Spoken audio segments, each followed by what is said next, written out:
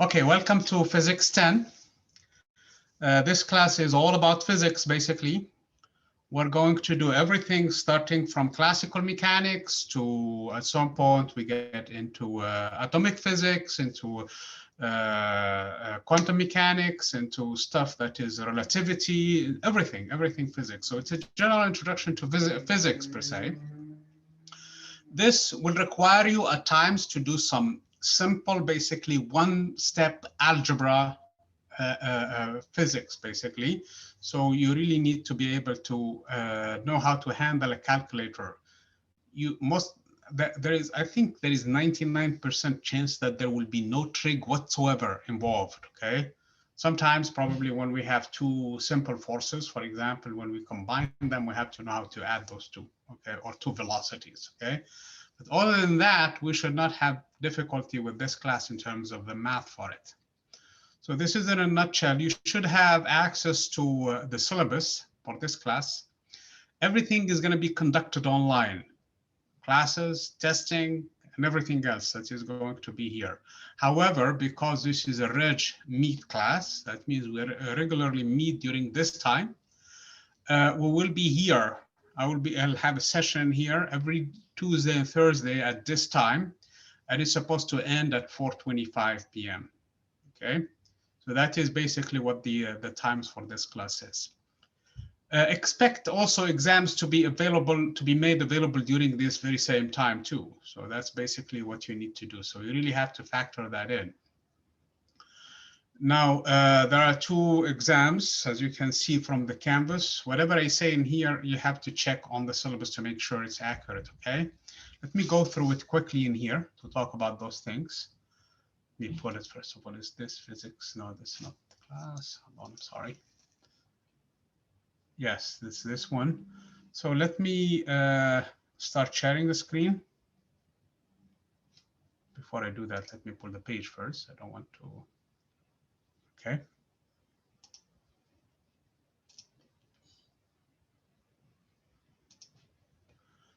So all of you guys should have access to this class. This is basically the syllabus for the class. It has all of this information. I think I'm going to make a link in here for the PDF version of this syllabus. It has my contact information in here. On the PDF version, you will have my cell phone just in case of an emergency and you need to reach me and you cannot get a hold of me by email. The best way of getting a hold of me is through the inbox in here, okay? So when you are on Canvas, that is how you're going to reach me. Send me a message from there and I will reply to you from there, okay? So that's basically how we communicate. So this is the syllabus in general. Please pay attention to it, read through these things and all of that. The midterm at this point is scheduled for April 6th. I think I'm going to change that. It's not April 6th because the week after, let me check the calendar quickly. There is a spring break, and after the spring break, so the spring break starts on actually the 10th of April and extends all the way to the Sunday, the 18th. Okay. So the exam, actually, I'm going to move to the 20th. That is the exam day, the midterm day. The final stays as is. And I'm going to send you guys an announcement regarding that. The reason why this is so is because I have other classes that are going to be tested during that same week on campus, okay? And because I will not be available online, so the classes there will be replaced by the basically by the exam and other things, the midterm and other things during this week. You guys understand that? So midterm has been moved to immediately after the spring break, not before the spring break. It was scheduled for the 6th. Now it's the 20th because this week is an off week. Oh, are you guys seeing what I'm looking at or not? I'm sorry, probably I should share that file. Share with you guys this one instead. So that's basically what the idea behind it. So this is technically where your spring break starts and ends in here. So the exam was the 6th. Now it's moved to the midterm moved to the 20th. So hopefully you guys will have a note of that. Okay. Let me go back to where I was and let me stop sharing that screen. So when you guys see that I'm talking about something and I'm not sharing the screen, please speak up, okay? So again, the final will stay as is, June 8th, that's fine. Okay, we don't change that. But everything else is the same in here. Hopefully you guys will have a chance to go through this, read through the policies and all of these things. One thing that I want you guys to be aware of. Let me first of all switch to student view mode, because there are things that I'm still working on. And the thing that you will find yourselves most of the times in is the models page, okay? So you're gonna go in here and click on that link and you're here. So right now, that's all we have right now. So what I want you to do right now is go through these community rules and make sure you understand them and obey by them. Basically follow them, please, when communicating with one another. We have to have that thing in mind. The first thing that comes after that is this assignment that is due this Saturday. So this is the first assignment. So you're gonna go through it.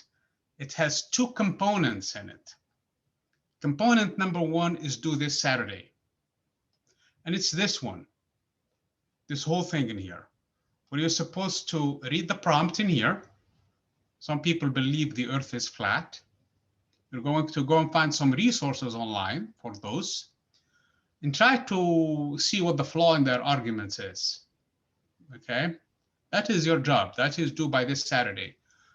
And then by Tuesday of next week, you're supposed to look at your peers, basically postings, and reply to them. You need 2 replies.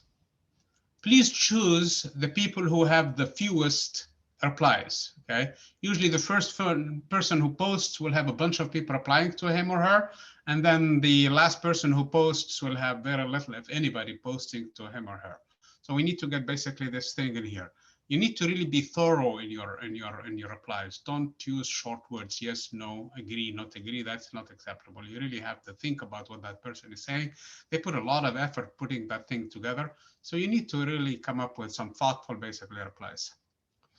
All of my assignments, they will have rubrics like this one. You can click in here and you're going to show rubric. Don't forget when you're done with it to mark as done, okay? So otherwise you cannot move forward. So we're going to show rubric in here. And it tells you how to score the highest point from the initial reply and how to score the highest from the initial post and the 2 replies that you're supposed to have. Okay. Okay. What is this 9-1? Okay, that's wrong. Okay. So that's by the due date. Okay, I'm going to fix that one. But I'm hoping that you guys will have that done. That is very important, okay? That is actually to get us going so that we communicate with one another and participate in the class and everything else. Now, that is not the only thing that is required this week, because let me go back into the models again page. This is the lecture that we're going to be covering today. Just basically introduction to physical science and the scientific method and so on and so forth. And then the key terms in here, that's a page that you're going to go through. And then there is a quiz. Actually, this one should be before that, okay? There is the discussion, and don't forget that there is a quiz in here. This is a quick quiz. After you go through the lecture and you understand that there is a quiz one. You will notice that there is always lecture followed by terminology followed by discussion. These 3 are going to be together for almost every single chapter. You're going to see these 3 things together: the notes, the PowerPoint, short basically terminology that is used in the class, and the discussion. So what's the deal with this discussion? Let me open it right now as an instructor, because right now if you try to open it, probably it's not going to open it to you for you. But if I open it, what it has is the following. It has the recording that we're doing today. What we're doing right now, it's recorded and it's going to be posted in here and actually on my YouTube account. And you will later on access it and watch this one. Now, you cannot make the class because of one reason, work, whatever there is. This is not a guarantee it's going to be always there, but at least there is a possibility for most of the classes going to have that in there, okay? You cannot make it, well, you lose the live interactions where you ask questions and we have discussions and things like that. But you can come in here and watch this one. Now, in every live session like the one that we're doing in here, you will have a prompt. You will have a question to answer. 1 up to 5 questions, actually. So we can come up in here and say, okay, today's question is, here is the question, and here is the answer, actually. We're not going to leave it hanging in there so that you're going to go and struggle and try to find the answer to it. So we're going to ask the discussion points. Here is an item for the discussion today. And here is basically the reply, how it should be. Now, you're sitting in your class, have a notebook or something to write stuff in, okay? This is item 1 today for the discussion. Here is the answer to it. Do not immediately go in the discussion session and answer that one, because there might be another one coming down the road. So do not answer immediately. Finish the video. You might see 2 more or 1 more question or 3 more questions for a total of up to 5 items of discussion. Now you have all of your 5 items of discussion, or all of your 3 items of discussion, or both of them, or only one of them.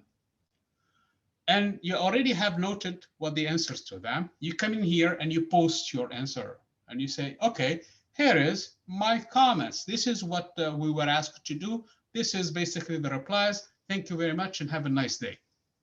Okay. Now, you might be tempted to say, okay, how about if I see what other people have posted? Skip this whole video. I really don't have an hour and 25 minutes to spare. So I'm going to just see what other people have done. And I'm going to basically copy it and paste it.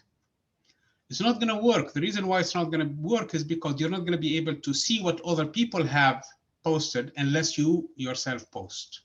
That's number 1. So maybe you say, okay, I really don't have time for all of that. Maybe I just put anything in there and later on I go and fix it based on what I see what other people have done. That is not going to work either, because Canvas has a timestamp when you added an item and when you actually edited it.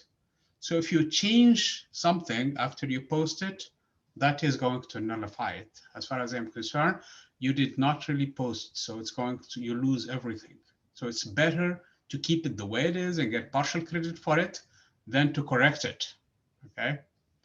This is just to give you a chance to really participate and engage in the class, okay? And be serious about your learning so that you're going to spend the proper time going through all of these things and answering them honestly as they should be, okay? So that's basically, if you went through the video, you didn't finish it for one reason or the other, don't answer what you have started with.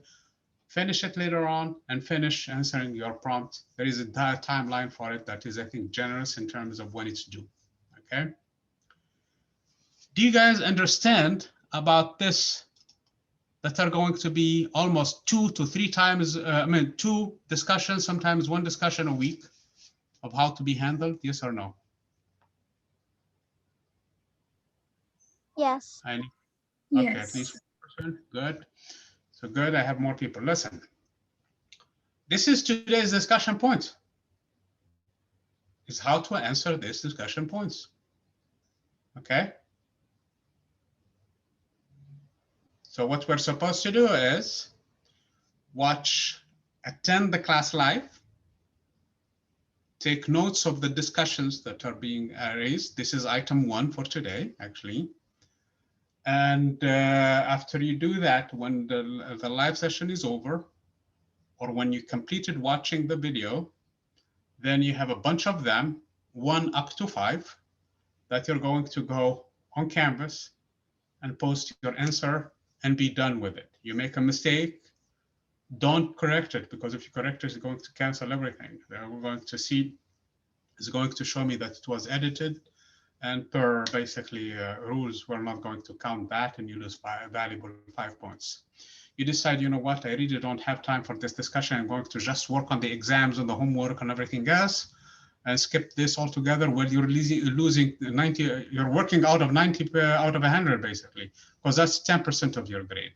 So it's something to be taken seriously and to be done on a regular basis, that to make sure that you're working.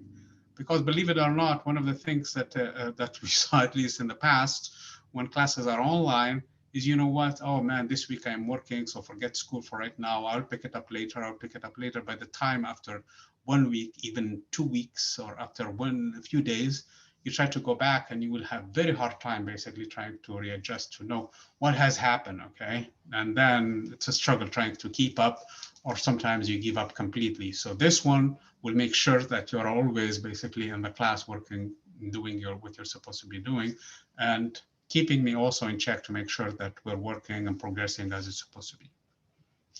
Yes, so this is item number 1. Put it in your own words. Good? Yes or no? Yes. So this is item 1 of the, this is the only item for the day, by the way. There will be no more today. Furthermore, I am not going to be at the end of this live sessions coming at the end and saying, okay, by the way, today we had 3 questions and here they are, to put a summary, because that also can be a shortcut to somebody else saying, okay, I'm going to skip toward the end where it was put, and then I'm going to answer it. So that's not going to work either, okay?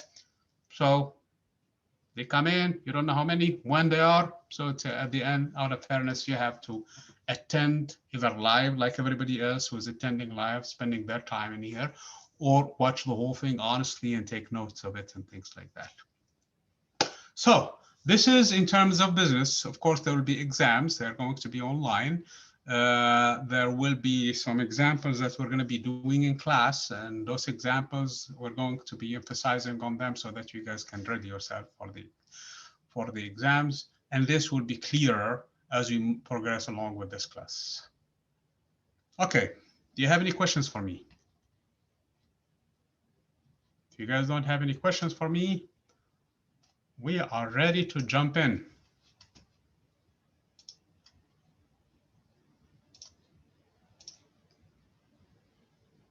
So this is, okay, I didn't see the chat in here. I don't understand, Justin. What do you mean?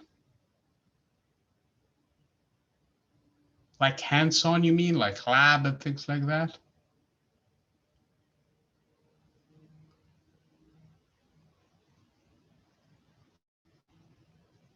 I still don't understand. No, not for this class. You don't have to show up for on campus, okay? This class is an entirely online class. This one, with the exception that it has to have that so-called regular meet. Okay, that's fine. The book is here. Actually, there will be some problems from it. Sometimes what I will do actually is I'll write the program, the problem on Canvas and ask you guys to work it out. Now, here is the thing about this class, okay? You don't understand something or you don't know how to do something, do not let it stay. Do not delay it saying, okay, maybe it's going to be clearer down the road. No, ask immediately about it, okay? Ask immediately about it. I mean, you're supposed to be learning these things anyway. It's not like you're tested every day on it. This is not. So let's say, for example, there is a question to calculate something, and you look at it and you don't even know how to start it and you stay looking at it. That's not good. You really have to ask the question. Okay, you asked us to do this, and I honestly looked for the resources. I couldn't find how to get it going. Can you please help? No problem, okay? As a matter of fact, when you're doing homework, you are very much encouraged to work together in teams, okay?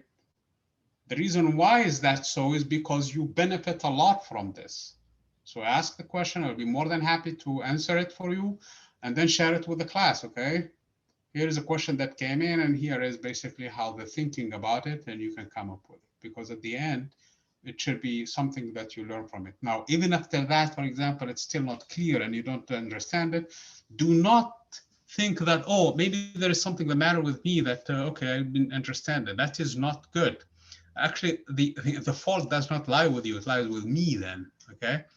We still have to ask the question, because chances are if it's not clear to you, it's not clear to probably a lot of other people. So ask the question and let's clarify it and move on. Does this sound like it's a good plan? Okay. So we're doing chapter 1 and it's all about the scientific method right now. How are we doing on time? Okay, good, we still have time. So this is the topics we'll be covering in this thing in here. What is science and pseudoscience or fake science, okay? We're going to talk about scientific measurements. We're going to talk about math and how much mathematics is involved actually in physics.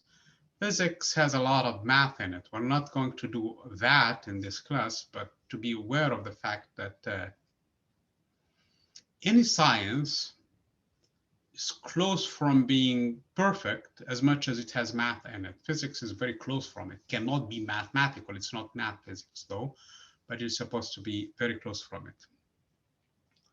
It uses a lot of math. Then we're going to talk about scientific method. Scientific method is a rigorous method of basically discovery and a process through which we have to go in order to basically learn things and ask questions and make science progress, okay? Then we talk about the scientific attitude that, okay, if I know something for a fact and I was able to discover it, that is, I'm convinced with it and I'm going to defend it as strong as I can. However, I may be wrong, okay? So there is that element too. So you cannot, it's not religion, it's not faith, okay? So you have to have that attitude when you're doing things, okay? Now, so we're going to talk about science, art, and religion. And then we're going to talk about the connection between science and technology.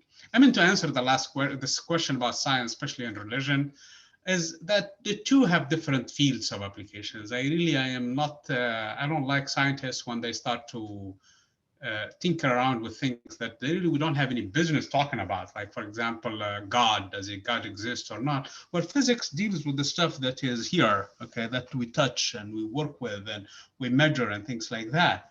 But we don't deal with things that have nothing outside of that. For example, faith or biology. For example, I see a plant and all of a sudden it's growing. That is not physics, okay? So there is that thing that we have to be aware of. Then science and technology, it's actually connection between the two is very close from that. They are very much closely connected. And physics as the fundamental, the basic science, okay? Physics lays at the foundation of all of physical sciences, actually. As a matter of fact, chemistry is an application of physics. Geology is an application of physics, and also astronomy is an application of physics to some extent. They help physics progress, but they also, they are really application, they're residing on it. Concepts of motion, the concept of force, the concept of energy, the concept of all of these things, they emerge from physics, and then they find room in the other fields, okay? They basically explain things that are related into those things. So that is the stuff that basically that we're going to be covering in this chapter. Before I start, did you guys see what's playing behind me in here? Yes. Did anybody notice that?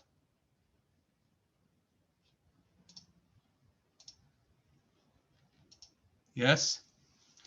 So what's going on? What's the deal there? Does anybody know?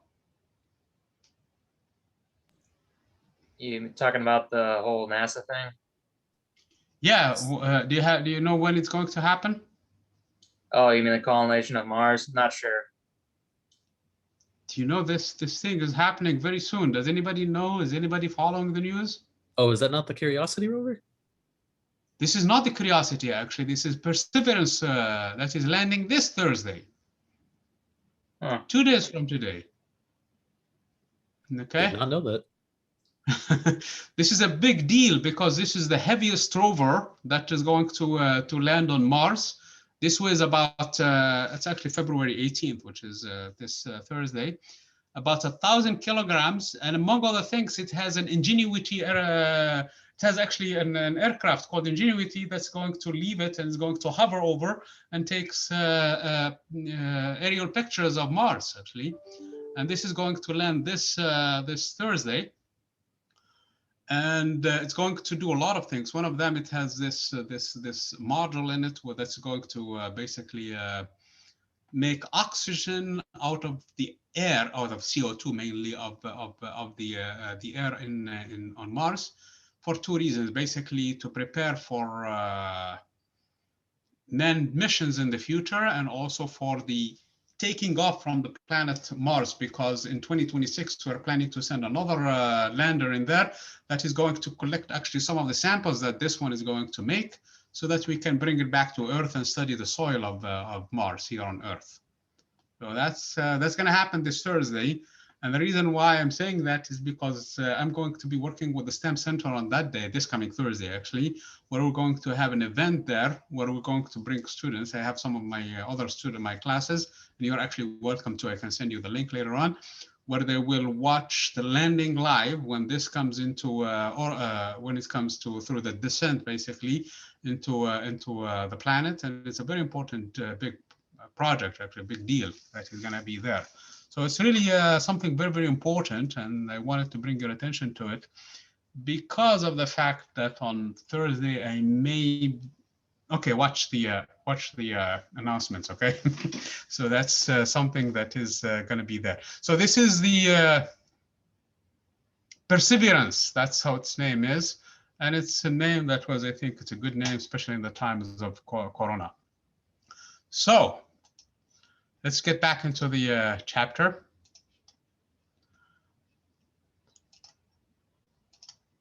So science is a body of knowledge, is an ongoing human activity, and it has started for a long time, okay? So science, and like, for example, other fields of knowledge, like, for example, philosophy does not have experimentation in a sense of physics, although sometimes it starts probably from observations, but then it gets into debates about things that are outside of the physical universe. For example, religion is a different subject completely together, and art is something else. So everything else has its own room for what it is, okay? So that's basically what science is. Of course, we're not talking about all of science. We're going to focus mainly on physics in this class.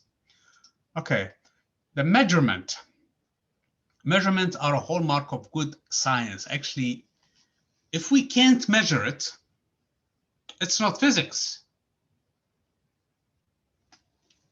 If I cannot measure it, it's not physics. Measurements in here can be a physical, basically, like, for example, taking a mass and putting it on a scale and seeing how much it weighs, or can be based on observation. I can look at an object, for example, and time it. It's here now, and a second later it's there, and a second later it's there. The reason why I'm saying that is because nobody was able to get to the sun, for example, and we were able to measure a lot of the things about the sun. We know its composition, for example. We know how much hydrogen it has versus how much helium it has in it. And nobody went there to measure it with a ruler, for example, or weigh it or anything like that.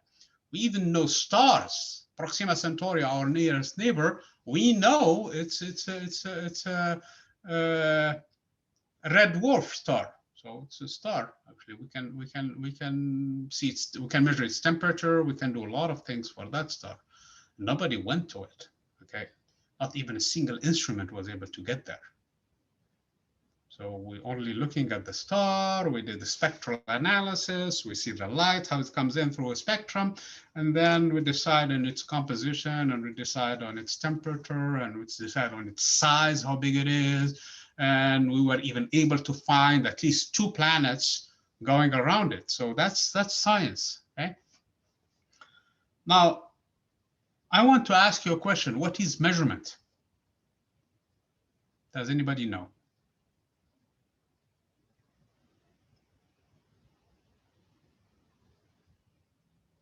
What do you do when you measure something?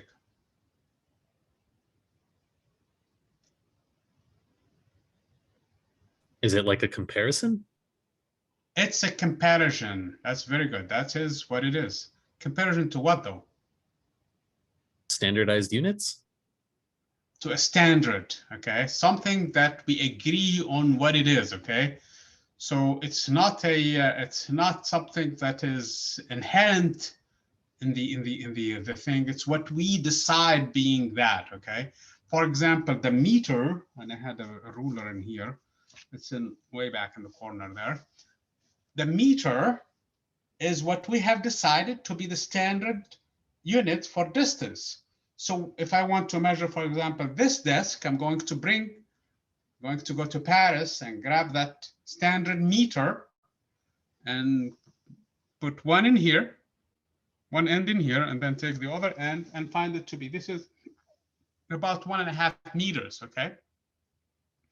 The meter is not a good measurement for this. It is actually a good measurement, but it's not going to give me the decimal point. So what I'm going to do is divide that meter into small divisions. And now I have 1 point, for example, 73 or 173 centimeters. So that is what we have decided on the meter, okay?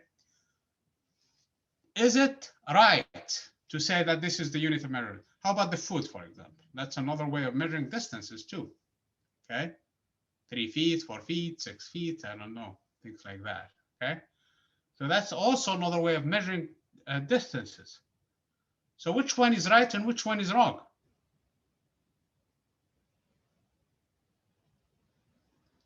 What do you guys think? Depends on where you are. Okay, you didn't answer my question. Which one is right? Which one is wrong? Neither one is right or wrong. It's just basing it off something we understand. That's really what it is. I mean, it's a standard. So however we agreed on, right now the accepted unit of measurements and the distances, at least, is the meter. At least in science, that's what we use. We use a meter as the standard. Let's say, for example, tomorrow we were able to discover that there are people living on one of the planets of Proxima. Although now we know that probably it's very difficult for life to exist on that planet, although it's in a habitable zone. Let's say, for example, we discovered that they exist there and we were able to communicate to them and we wanted to tell them how far they are in kilometers from us. Do you think they will know what we're talking about? No or we chance. tell them the humans, we are about 1.7 or 1.8 meters. We are just below 2 meters in tall. And they will answer it in their own units that they are somehow 17, whatever their units, okay? Kelvins, for example, I don't know, their units, 17 of that on average. So do you have an idea who's taller, we or they?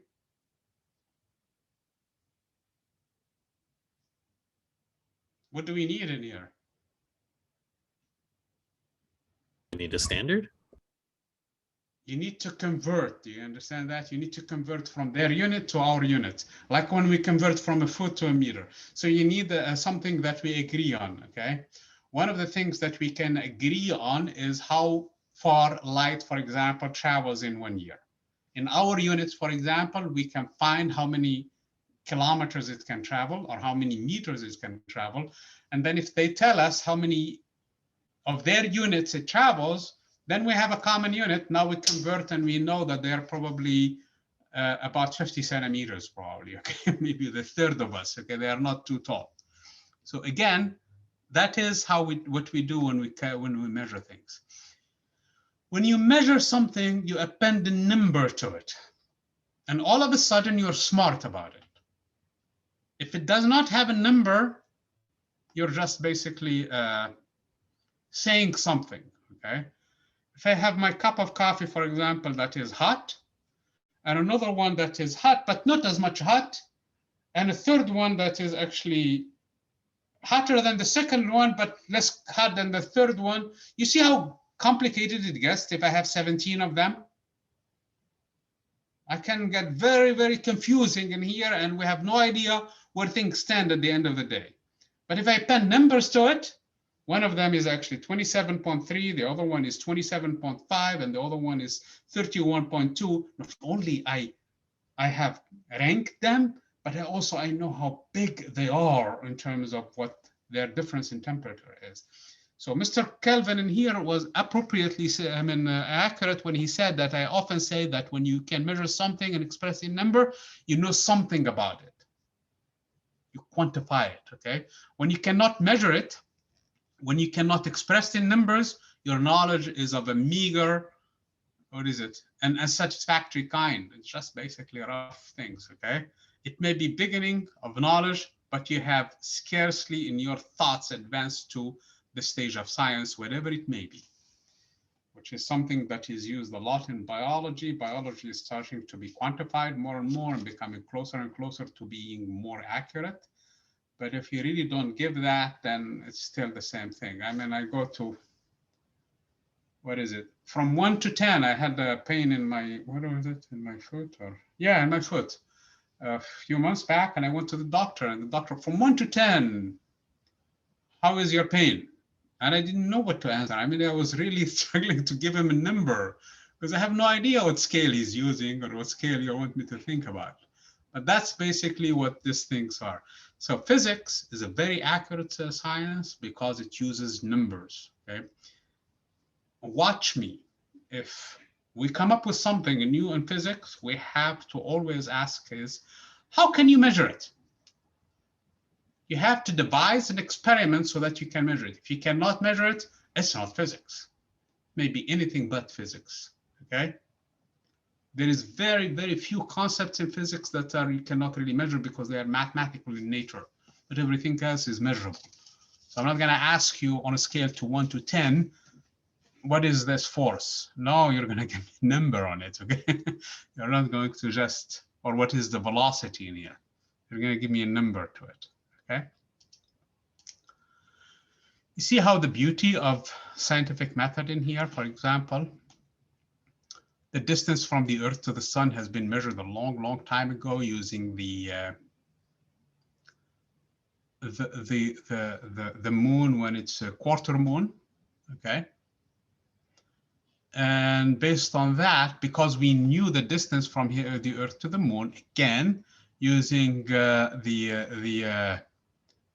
the size of the moon during a lunar eclipse, when the moon goes around the Earth, you can estimate how big the moon is versus the Earth. You might tell me, okay, we need to know the size of the Earth before we do that. You're right, okay? The Earth has been measured and known to be a circular shape several thousand years ago, about 2,000 years ago. Eratosthenes is the one who measured it first, okay? Found the radius of the Earth. So from there on, we know the radius of the Earth. Then we can measure the radius of the moon based on the solar eclipse. If we can measure the moon based on the solar eclipse, we can find the distance from the Earth to the moon. All I need is a quarter, okay? And if I block completely the moon from it, I'm trying to block, but now the background is, if I can block it completely, that means the angular distance there, the angle in here, and this one, they are similar angles. And using simple geometry, I can find the distance from the Earth to the moon. If I can find the distance for the Earth to the moon using the quarter moon, I can find the distance from the Earth, because it's going to form a right angle triangle. I can find the distance from the Earth to the moon, to the sun. If I know the Earth from the distance from the Earth to the sun, using this simple geometry, again, with similar triangles, with simple geometry, I can find how big the sun is. Isn't this amazing? Just by doing simple measurements. Nobody went to the moon, to the sun, and took a ruler and wrapped it around the sun to find out its diameter or its radius is about 700,000 kilometers. Okay, it's basically from edge to edge is about 1 million miles. The diameter, it's about 1 million miles. That's how we did it. I mean, when you think about us humans, we are on a very tiny planet in the solar system, and yet we can measure a lot of these things in the sun, measure things about Jupiter, measure things about other galaxies and things like that, using the tricks of measurements and observations that I was mentioning earlier, and the simple rules of mathematics like geometry in this case, and how triangles basically connect to one another. because this angle in here and this angle are similar angles, then their tangents or their sines or their cosines must be the same. So using simple geometry trig, we were able to find the size of the sun. Isn't this amazing? Again, this is the fact that during a lunar eclipse, or is it solar eclipse, I'm sorry, the shape of the sun and all of that as it projects. This is the experiment I was talking about, how Eratosthenes was able to measure the distance, the diameter of the Earth. So one of your tasks is to talk about flat earthers in modern day, basically, era. And this thing was discovered a long time ago, okay, by the Greeks in Egypt, between what is now today known as Alexandria in Egypt, in northern Egypt, and another city in southern Egypt. At that time, it was called Cyan. Today is called Aswan, which is in the almost with the borders with Sudan. So this is what he did. He noted that on a specific day in the year, that the shadow of the sun, there is no shadow. If you put a stick, there is no shadow on that day, on that southern city, because the well now has that shadow going straight through. You can see the bottom of it straight through. It doesn't hit it in an angle or the other. On that very same day, if you put a stick or tower or whatever, you can find the angle of the shadow in Alexandria. Okay. Now, using simple geometry, again, this is very, very far away rays. They're coming from the sun, and the sun is already 150 million kilometers away. So it's very far. So the shadows, they must be coming in parallel. Just when you look at the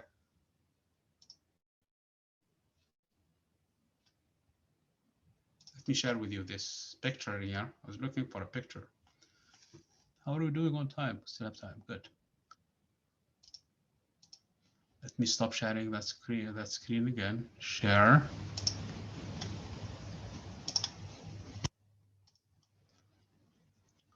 Okay, you see here, these are supposed to be parallel lines, okay?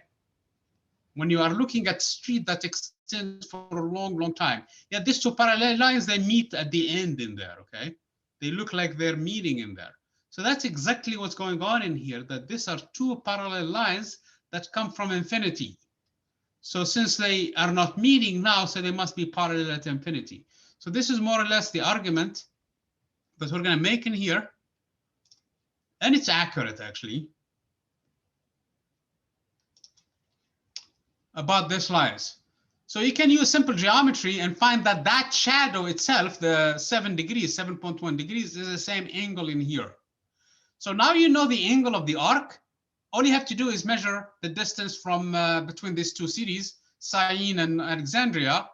And now you know, because you use a famous relationship in geometry at that time, which is 2 pi times this angle in radians times the, I'm sorry, this angle in radians times times this radius equals to this arc distance. Since you can measure the arc distance, you can find the radius of the Earth. And it was immaculate. It was very close from modern day measurements. So it was really very good.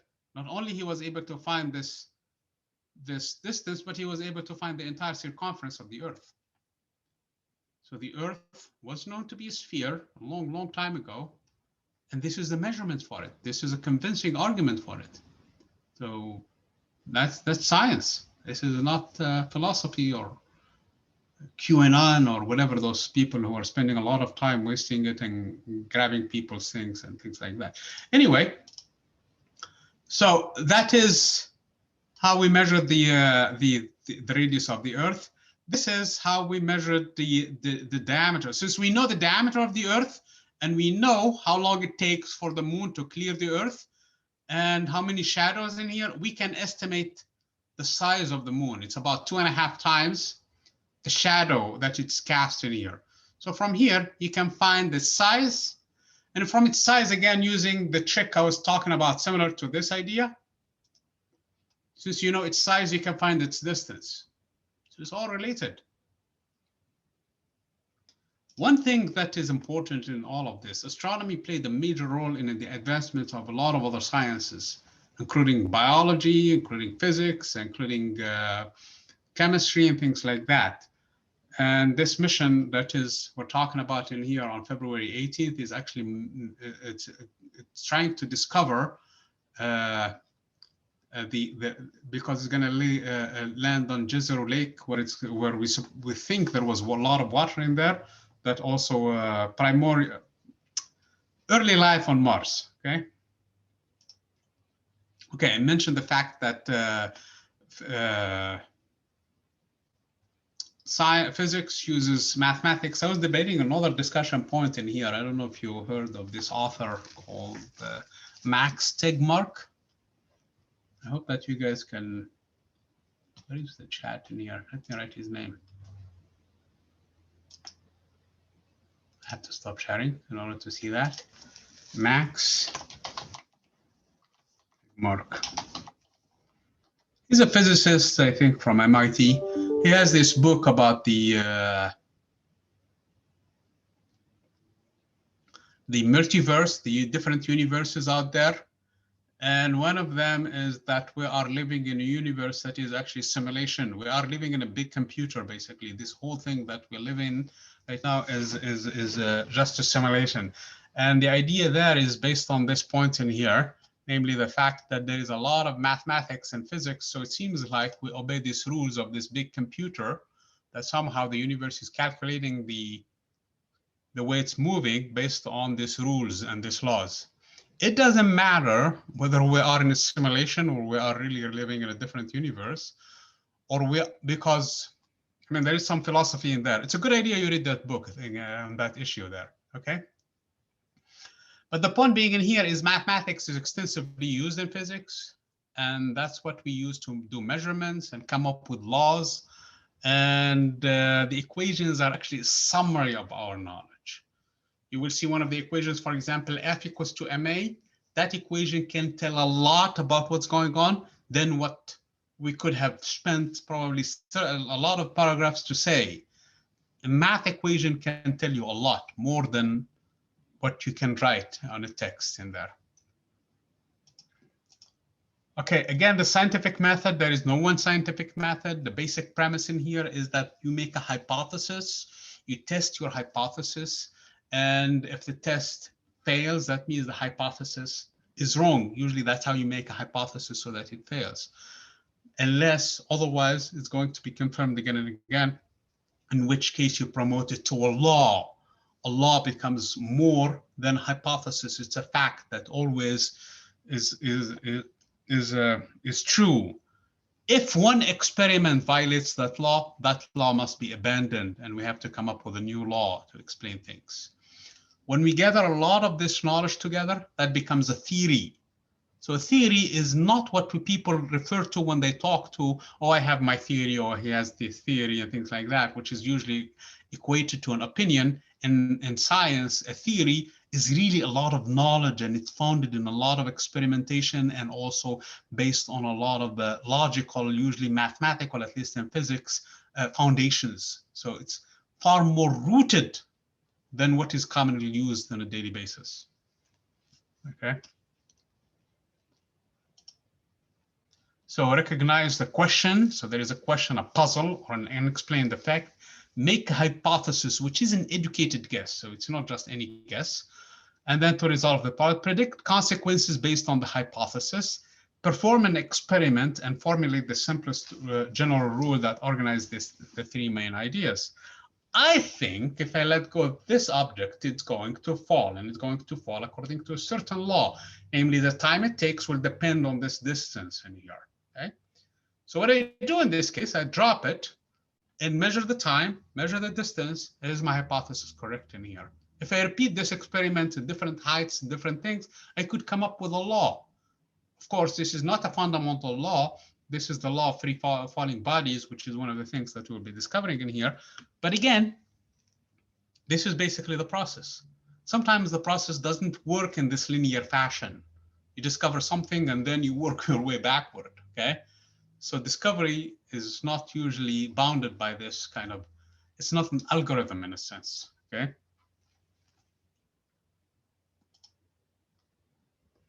The scientific attitude is one of inquiry and experimentation. So you always have to be ready to answer the question, how can you measure it? Okay. And then willingness to admit error. Okay. There is no arrogance in science.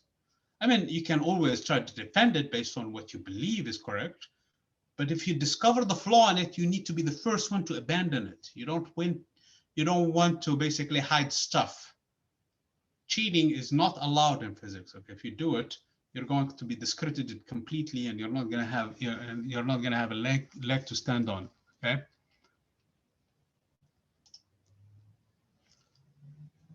Scientists are expected to changing their minds, must accept experimental findings. So no matter how beautiful your theory is, if you cannot test it, it's not physics, which was one of the problems nowadays for the so-called string theory, because we cannot test it.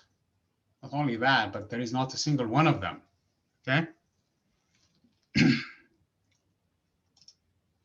Fact is a close agreement by competent observers. So basically, you need to be you need to be knowledgeable in the area. You need to have some knowledge in it. Not, for example, those people who are crazy on YouTube coming up with all kinds of crazy things. Hey, Corona was started by what is it? They say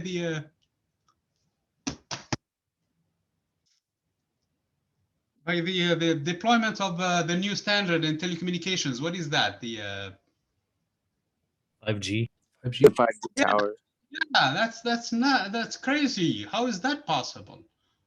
I mean, that's, first of all, that's not high energy anyway. That is in the microwave region. How is that going to be? If it is, then this light that I have in here should be more damaging and more problematic and causes more cancer than a microwave, because this is high energy compared to the microwave, compared to the infrared. Infrared is more energy than the microwave. So it's still in the microwave region. So the hypothesis doesn't make sense, and there is no experimentation. There is no research behind it, except that, oh, there is a connection, a correlation in here. Every time I wash my car, it rains. Is that logic? Is this science? That's a fallacy. That's not, that's not, every time I wash my car, it rains, okay? So again, those are not facts based on some stuff that is hypothesis, an educated guess that is only presumed to be factual until supported by experiment. So if you have a hypothesis and you do an experiment and it works, then it becomes a fact. Can I leave these questions for you guys to discuss them, because I think we still have about 20 minutes or 25 minutes left. Law or principle. In this book, they're using them interchangeably. In general, they are not interchangeably. A law, hypothesis that has been tested repeatedly and has not been contradicted. That is what a law is. A principle is that it's something that is true, except we really don't know how it works. It's similar to a law, with the exception usually it lacks a theory behind it, if you wish, or it lacks a strong arguments to support it. Okay, but both of them, if you want to, they are repeated time and time again. They work. Okay, so that's basically what it is. A theory, a synthesis of a large body of information that encompasses well-tested and verified hypotheses about certain aspects of the natural world. I was talking to somebody about the Big Bang Theory. Oh, it's just a theory, okay, I don't believe in it, and he started invoking God here and there. Well, wait a minute. Because it's a theory, you don't believe in it. Theory is actually based on, I was citing a lot of observations that really support that theory. This is not something that is like it's an opinion. It's not. A theory has a lot of strong evidence for it, okay? Very sound arguments for it. And the arguments for it usually and 99% of them are actually based on observation. Now, compounded with the mathematical arguments, it makes for a solid body of knowledge that is really true. So this is not an opinion.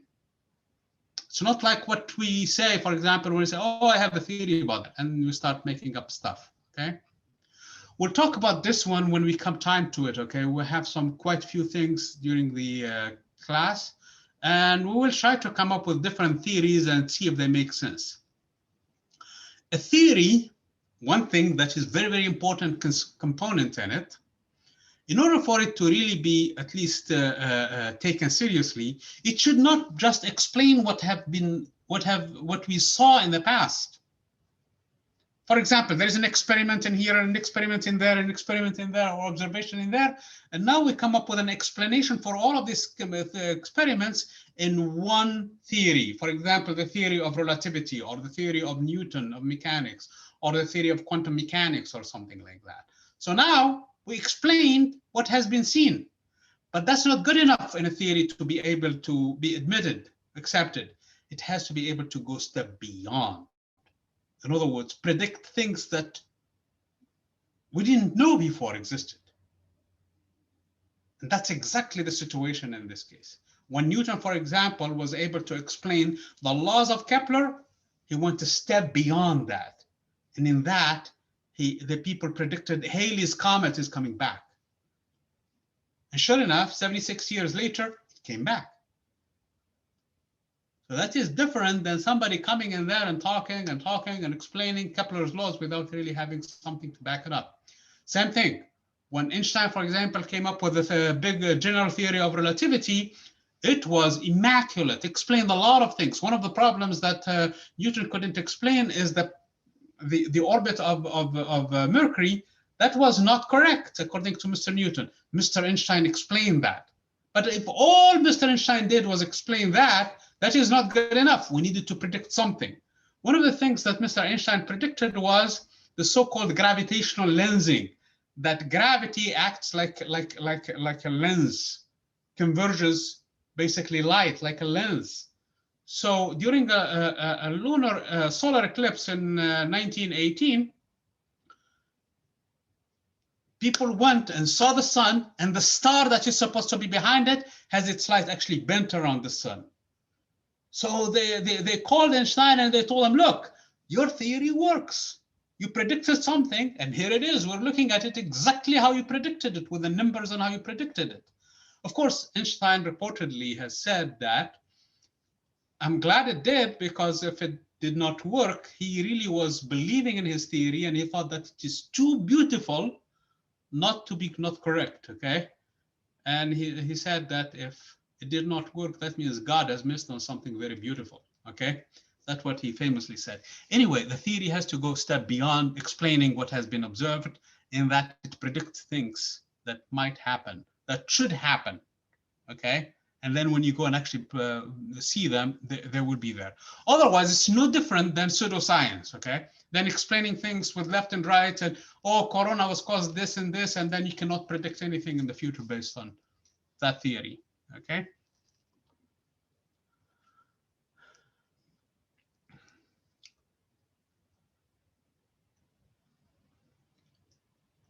So basically, these are questions that I'm hoping that you guys can go through them. Which of these often changes over time with further study? Do facts change? No. Theory changes, okay? We had case in point, for example, between the, but remember, facts are what we agreed on, but based on what we know today. But tomorrow, for example, we could also change our minds on these things. We could think that, oh, this is not true anymore, okay? People believed for a long, long time that the Earth was the center of the universe.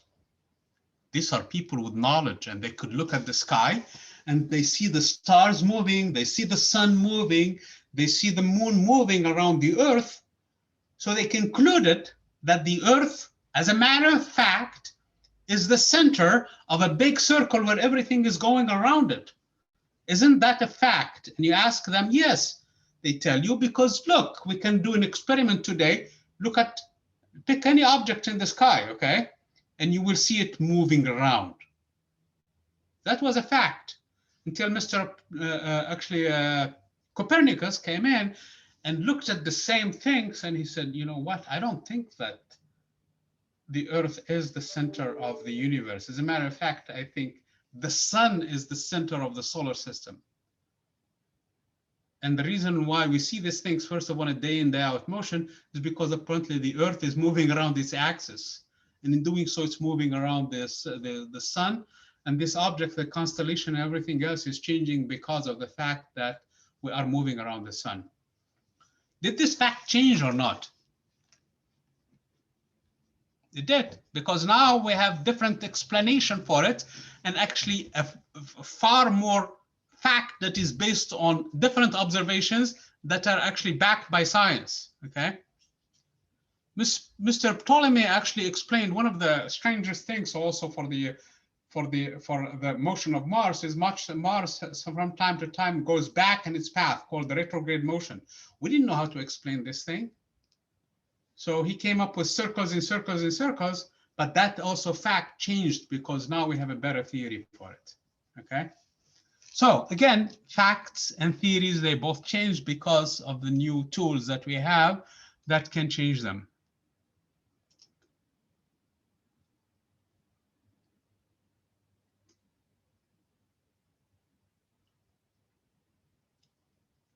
So a person who says that it's only a theory likely doesn't know that a scientific theory is a guess.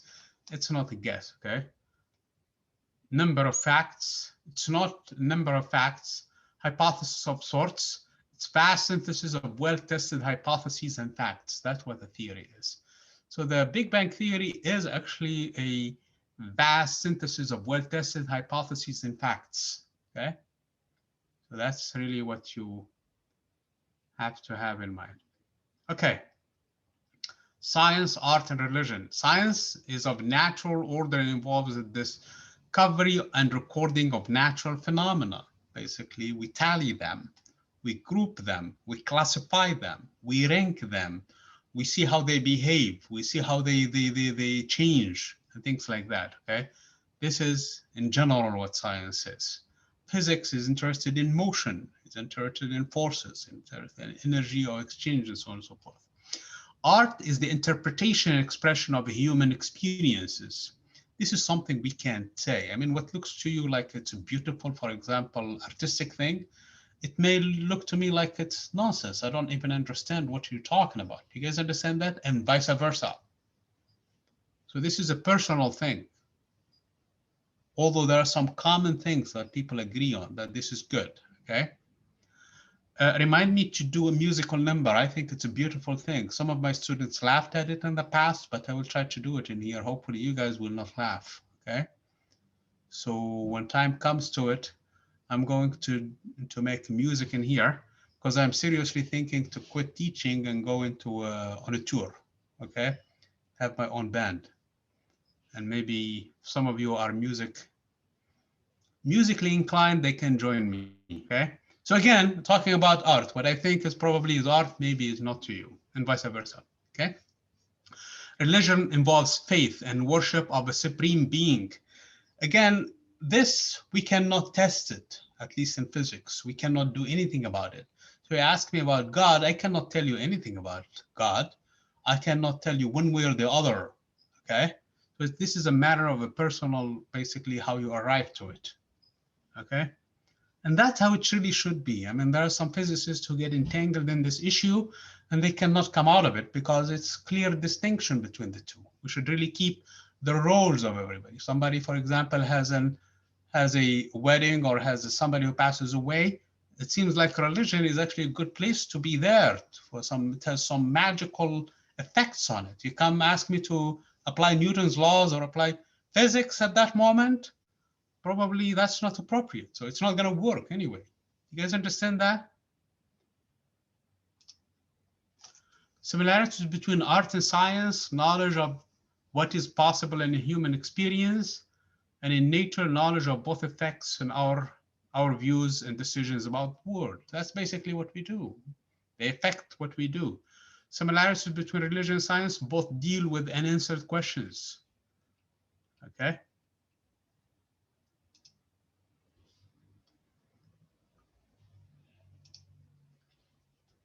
Science is concerned with gathering and organizing knowledge.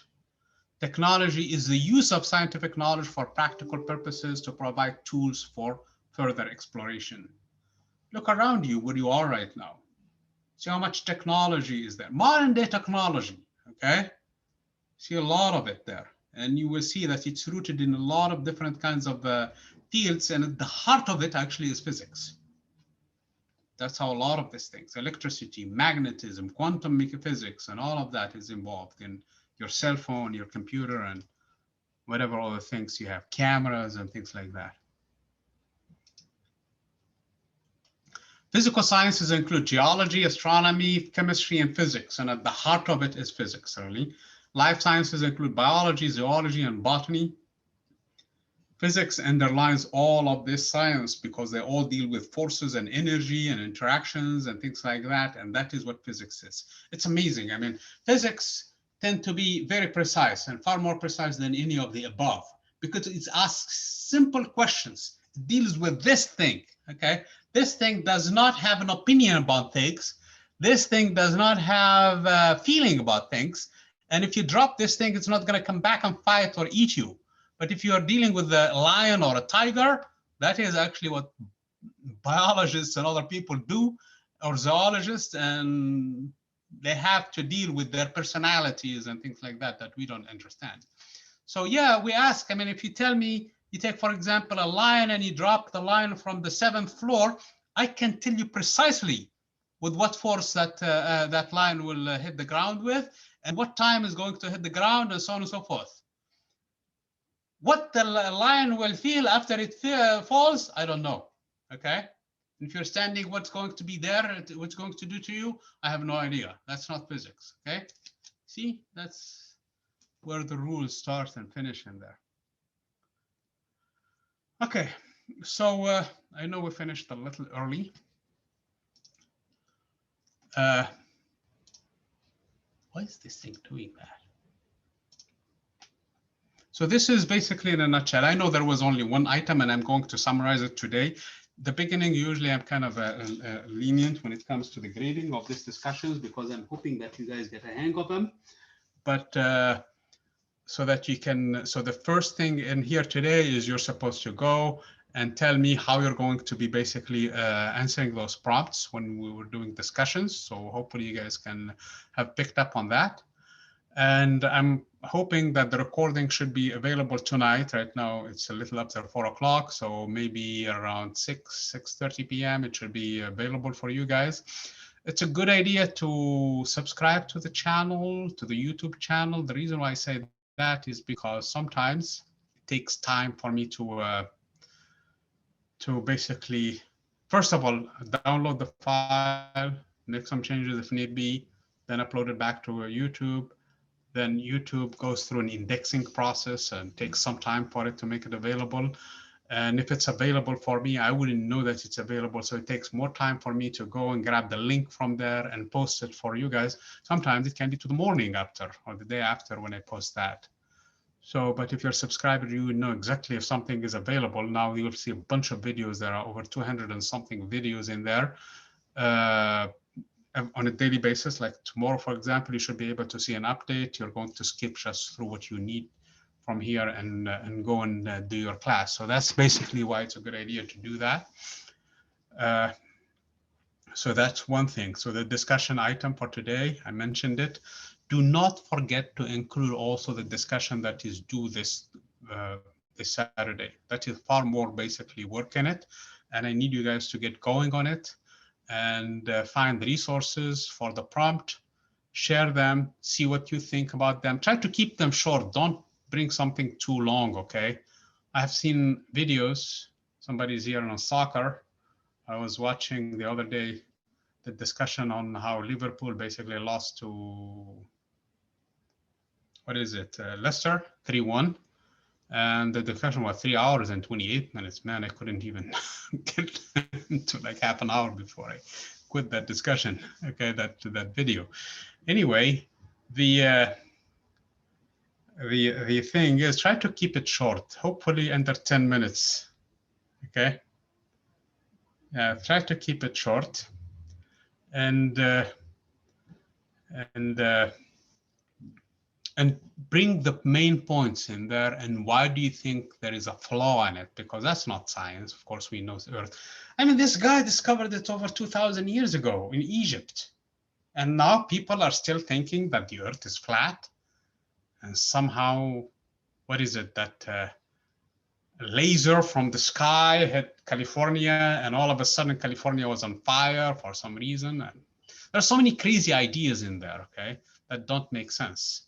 Okay, so hopefully you guys can, at least this item for the discussions, and then be nice to your peers in your replies, okay, if you don't agree with them. And even if you agree with them, give them basically thumbs up that they made a good job, and the fact that there is valuable points, and if you learn something from them, that's very good. And we learn from each other. Any questions for me?